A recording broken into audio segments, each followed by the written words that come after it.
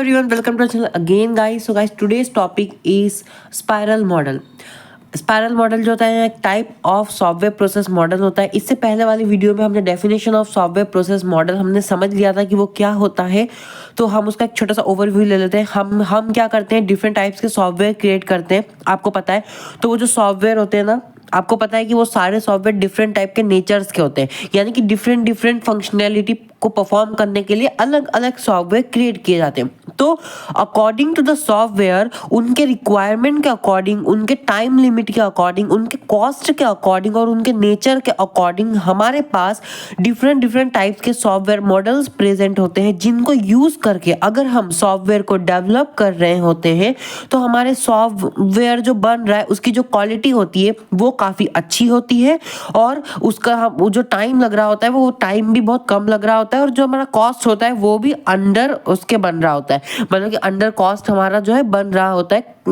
तो ये जो होता है ना सॉफ्टवेयर प्रोसेस मॉडल होता है।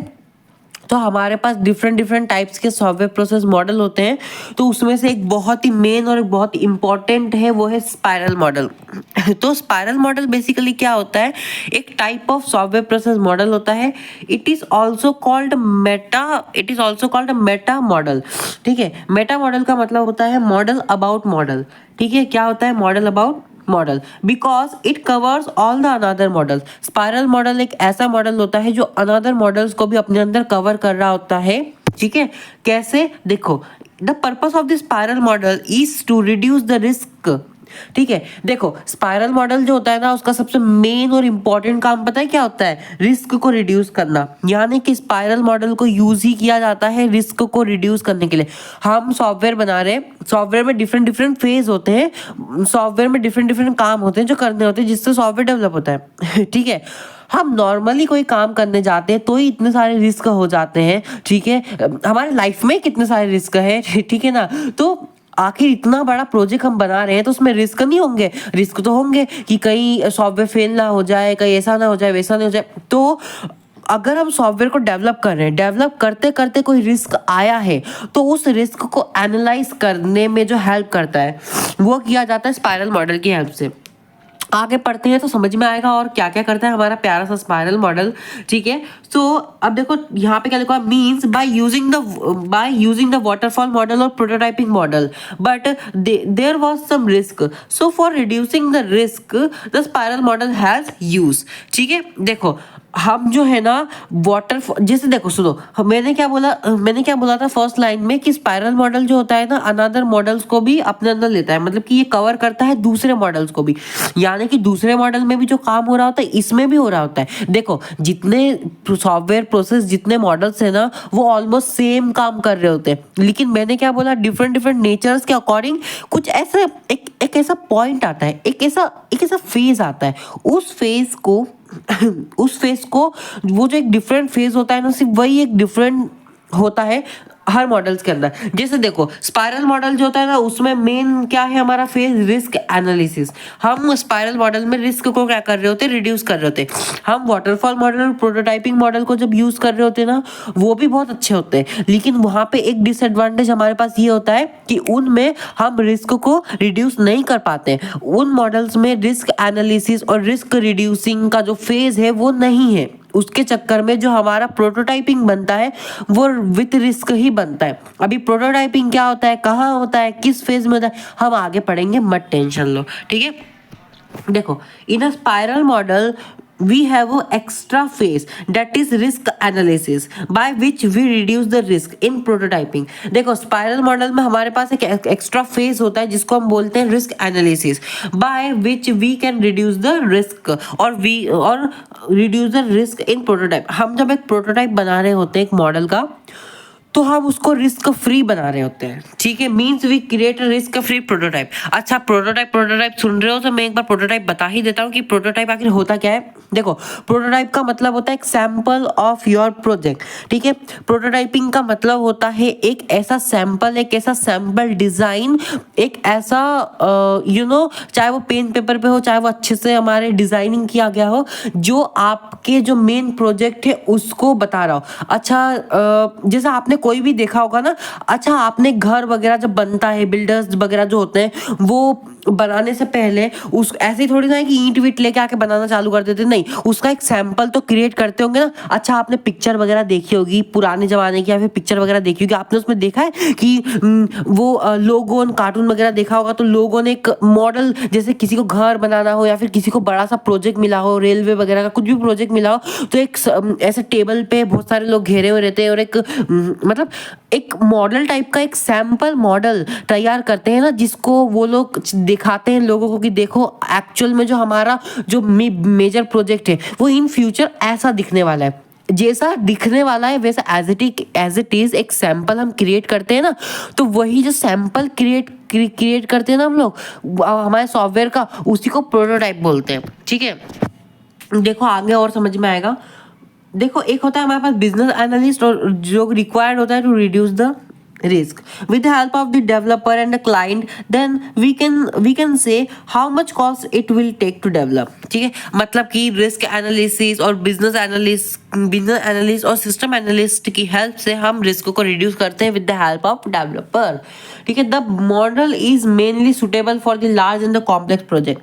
जो स्पाइरल मॉडल होता है ना, वो लार्ज और कॉम्प्लेक्स प्रोजेक्ट के लिए सुटेबल होता है। It is also called spiral because the same activities are repeated for the loops spiral.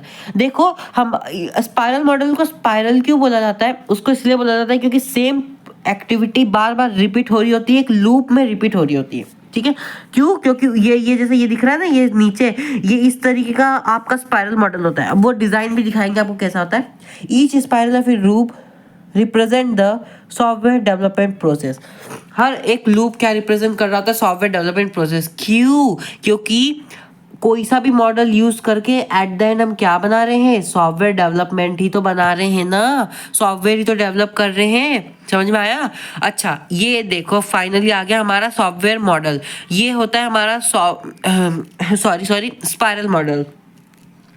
हमारा स्पाइरल मॉडल कुछ इस तरीके से दिखता है। ठीक है, ये जो आपको डिजाइन दिख रही है ना, इस तरीके से होता है। अच्छा, यहाँ से जैसे स्टार्ट किया, ये जो फेस बार बार घूम रहे हैं ना, तो अगर इसको नीट पड़ती है तो ये इन फेस को बार बार बार बार बार बार बार बार बार बार रिपीट कर रहा होता है। इसी एक लूप चला रहा है कि नहीं? आपने कोडिंग की होगी तो आपको पता होगा लूप क्या होता है, जो कि सेम टास्क को बार बार रिपीट, सेम एक्शंस को मतलब रिपीटेशन करना, मतलब ठीक है, मतलब कि एक काम को आप बार बार एक लूप में आप रिपीट करे जा रहे हैं, एक काम को आप रिपीट करे जा रहे हैं, तो वो लूप होता है ना। ठीक है, तो यहाँ पे आप देख सकते हैं सबसे पहला फेज में आपका आ जाता है कम्युनिकेशन और दूसरे फेज में आ जाता है प्लानिंग। देखो कम्युनिकेशन का मतलब ही होता है रिक्वायरमेंट गैदरिंग। देखो इस वाले फेज में क्या होता है, जो मेरा डेवलपर होता है और जो मेरा क्लाइंट होता है, क्लाइंट कौन? जिसने डेवलपर को बोला है कि सॉफ्टवेयर बनाने के लिए, जिसने ऑर्डर दिया है। ठीक है, तो क्लाइंट और सॉफ्टवेयर डेवलपर क्या करते हैं? मिलके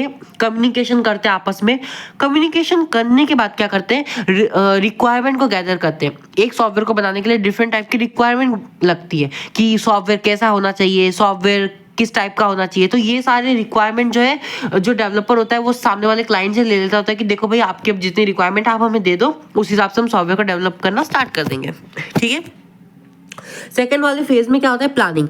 अब जब डेवलपर को सारी रिक्वायरमेंट मिल जाती है कैसा क्या सॉफ्टवेयर होता है, उसके बाद जो मेरा डेवलपर होता है वो स्टार्ट करता है प्लानिंग करना। मतलब कि अब वो प्लान करता है कि मेरे को कितनी टीम्स की नीड है, ये सॉफ्टवेयर अब उसकी एक टाइम लिमिट मिली होगी कि इतने टाइम में मेरा सॉफ्टवेयर क्रिएट हो जाना चाहिए, अब इतने कॉस्ट में हो जाना चाहिए। तो अब उसको पूरी तरीके से प्लानिंग करना होगा ना कि इतना मुझे कॉस्ट है, इतना मेरे को एफर्ट लगाना है, इतना मेरे पास टाइम है, तो कितनी टीम क्या क्या काम कर रही होगी, मेरे पास इतनी टीम है कि नहीं, मेरे पास इतने टूल्स है कि नहीं इसको बनाने के लिए, कौन सा काम कैसे होगा, कब होगा, कितने दिन में होगा, ये सारी प्लानिंग वगैरह करके ये सारी प्लानिंग जो होती है ना वो यहाँ पे प्लानिंग की जाती है। ठीक है, उसके बाद इस वाले फेज में आता है रिस्क एनालिसिस। यही जो मेन है ना, यही एक मेन फेज है जो कि स्पाइरल मॉडल को खास बनाती है और बहुत इंपॉर्टेंट बनाती है। रिस्क एनालिसिस में क्या होता है कि अब मैंने प्लानिंग कर ली, अब क्या करूंगा मैं? डिजाइन करना स्टार्ट करूंगा ना मेरे सॉफ्टवेयर को। ठीक है ना भाई, देखो एग्जाम्पल फॉर घर का लेते हैं, एक घर है, ठीक है, मतलब वो जो बिल्डर्स होते हैं उनको हमने बोल दिया कि मेरा घर बना के दे दो। उसने मुझसे बोला, उसने मुझे बिठा के मुझे बोला देखो भाई आप मुझे सारी रिक्वायरमेंट बता दो, आपको कितने कमरे चाहिए, कैसा कौन सा कमरा कहाँ चाहिए, क्या चाहिए, कितने बाथरूम चाहिए, कितना बेडरूम चाहिए। मैंने उसको सारी चीजें बता दी, मुझे ऐसा ऐसा चाहिए। ये क्या किया उसने, रिक्वायरमेंट गैदर किया मुझसे कम्युनिकेशन करके, ठीक। उसके बाद उस बिल्डर ने क्या किया, अपने जितने बेलदार्स वगैरह जो भी बोल सकते हैं, जो भी उनके एम्प्लॉय थे, उनके साथ मिलकर क्या किया, प्लानिंग की कि देखो ये है, अब इस तरीके ये रिक्वायरमेंट है, अब मुझे इतने इतने लोग चाहिए, इतना इतना पैसा है, इतना इतना बनाना है, ऐसे ऐसे बनाना है, इतने दिन में बनाना है। उसने प्लानिंग कर ली। अब भाई घर को बनाने के लिए डिजाइन करना भी तो जरूरी है। मैंने बोल दिया देखो मेरे पास ये इतना 15 बाय 30 का जगह है, मेरे को क्या करो, चार कमरे, एक बाथरूम, ये वो, एक छत बना के दे दो। अब वो कहाँ कैसे बनेगा, कितना क्या साइज होगा, ये सब डिजाइन भी करना पड़ता है ना। तो डिजाइन करेगा वो बिल्डर, डिजाइन करना स्टार्ट किया तो ये डिजाइन के पहले वो रिस्क को भी तो चेक करेगा कि मान लो मैंने बोला 4 कमरे नहीं, मान लो मैंने बोला 4 मंजिला मकान बना दो। अब उसको ये भी तो देखना है कि अगर जिस जगह पे मेरा मकान बन रहा है, ऐसा तो नहीं है कि वो एयरपोर्ट के पास में है तो वहां से प्लेन वगैरह जाएगा, 4-5 मंजिला बना दोगे तो ठोक के ही चला जाएगा, ऐसा तो नहीं होगा, कोई रिस्क तो नहीं होगा। ऐसा तो नहीं है कि जिस एरिया में मेरा मकान बन रहा है वो 4 मंजिला मकान के लिए सही है भी कि नहीं, ये सब देखना भी तो पड़ेगा, ये सब रिस्क भी तो एनालाइज करना पड़ेगा, तब जाके वो बनेगा ना सही साट। तो सॉफ्टवेयर में भी रिस्क एनालिसिस के फेज होते हैं। इस फेज में रिस्क को पूरी तरीके से एनालाइज कर लिया जाता है। फिर एक सैंपल प्रोजेक्ट जिसको बोला जाता है प्रोटोटाइपिंग, जो कि डिजाइनिंग, एक सैंपल डिजाइनिंग कि देखो ये इस तरीके से आपका सॉफ्टवेयर बनने वाला है। अगर हम मेरे घर के एग्जाम्पल की भी बात करें तो सबसे पहले उसने रिस्क को एनालाइज किया कि हाँ यहाँ पे 4 मंजिला मकान बन सकता है, कोई दिक्कत नहीं है, टूट फूट के नहीं गिरेगा। अब उसने एक डिजाइन पेन पेपर पे वगैरह ऐसे डिजाइन बना के दे दिया कि देखो ये रहा, यहाँ आपका ये वाला कमरा रहेगा, यहाँ आपका ये वाला कमरा रहेगा, यहाँ से आप यहाँ से जा सकते हैं, ये वाला कमरा इससे कनेक्ट रहेगा। इस तरीके से डिजाइन बना के दे दी। वो हो गया सैंपल प्रोटोटाइपिंग। प्रोटोटाइपिंग बनाने के बाद सब कुछ रेडी हो गया, डिजाइन वगैरह रेडी हो गई। अब बारी आती है कोडिंग करने की। तो कोडिंग स्टार्ट हो गई, कोडिंग खत्म हो गया तो कोड को टेस्ट कर लिया, चल गया सही साथ, जिस चीज के लिए सॉफ्टवेयर बना था वो चीज सबसे बढ़िया से चल गई, टेस्टिंग भी हो गई। अब आखिरी फेज में आ जाता है प्रोजेक्ट इवैल्यूएशन, जिसको मेंटेनेंस भी बोल सकते हैं। मेंटेनेंस का क्या मतलब होता है, इफ इन फ्यूचर अगर मेरे सॉफ्टवेयर को किसी और अपडेशन की नीड पड़ी, कुछ और फीचर्स ऐड करने की नीड पड़े, तो इन फ्यूचर में उसमें ऐड कर सकता हूँ। लेट्स सपोज कोई सी टेक्नोलॉजी चेंज होगी मार्केट में, तो मेरे को भी तो उसमें टेक्नोलॉजी को चेंज करना पड़ेगा। तो उस हिसाब से क्या होता है, प्रोजेक्ट इवोल्यूशन वाला जो है वो काम होता है। अगर मैं इसको मेरे रियल लाइफ में, अगर मैं घर वाले एग्जांपल में ले लूँ तो मैंने मान लो, चलो अब 4 मंजिला छोड़ो, मैंने 2 मंजिला मकान बनाया। इन फ्यूचर मुझे नीड पड़ी कि चलो यार अब मेरे को जरूरत पड़ रही 4 मंजिला मकान बनाने की, उसके ऊपर मैं अपने फ्लोर्स बढ़ा सकता हूँ कि नहीं, बढ़ा सकता हूँ ना। तो यहाँ पे क्या हुआ, मेरा घर मेंटेनेंस हो गया ना, मेरे घर का मेंटेनेंस हो गया, मेरा घर में अपडेशन हो गया, 2 फ्लोर का अपडेशन हो गया। तो इन फ्यूचर अगर सॉफ्टवेयर में भी किसी तरह की एडिशनल फीचर्स को ऐड करने की नीड पड़ी, चाहे वो यूजर के रिक्वायरमेंट का अकॉर्डिंग हो, चाहे वो मार्केट के रिक्वायरमेंट का अकॉर्डिंग हो, चाहे वो चेंज टेक्नोलॉजी में हुआ हो तो मैं इजीली उसको चेंज कर सकूं, मेरा सॉफ्टवेयर ऐसा होना चाहिए। तो ये वाला फेज भी उसमें होना चाहिए।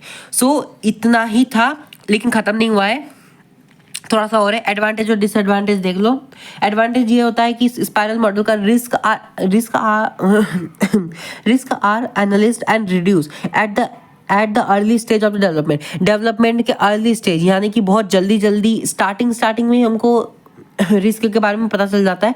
आखिरी में अगर आखिरी में हमें कुछ गड़बड़ के बारे में पता चलता है तो वो नुकसान ही करता है ना। इससे तो अच्छा है ना कि हम बोलते हैं ना, जो पहले से पता चल जाए तो सब चीज़ अच्छी होती है। तो पहले से रिस्क पता चल जाता है।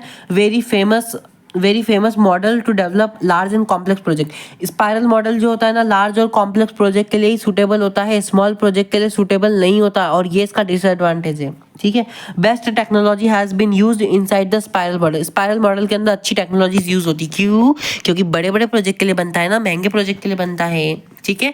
अब देखो डिसएडवांटेज क्या है, the cost of the project will be high because business and the system analyst is required to analyse the risk. यहाँ पे रिस्क एनालिस्ट एक एक्स्ट्रा फेज है जो कि एक बहुत इंपॉर्टेंट फेज है, जिसके लिए हमें हाई कॉस्ट यहाँ पे लग जाती है रिस्क को एनालाइज करने के लिए। Not suitable for the small project के लिए स्पाइरल मॉडल बहुत अच्छा है, काफ़ी अच्छा रिजल्ट भी देता है, लेकिन स्मॉल प्रोजेक्ट के लिए तो सूटेबल नहीं है ना। बेचारे स्मॉल प्रोजेक्ट वाले क्या करेंगे, उन्हें दूसरे मॉडल्स का यूज़ करना पड़ेगा। तो यही था हमारा स्पाइरल मॉडल। सो स्पाइरल मॉडल इतना ही होता है। ये जो सारे फेजेस के बारे में आपको समझाया ना, ये सारे फेजेस को आपको लिख के आना है थियोरेटिकल, ठीक है। तो आई होप आपको समझ में आया होगा। नेक्स्ट वीडियो और भी अच्छी होने वाली है, तो प्लीज़ सब्सक्राइब कीजिए। Thank you so much.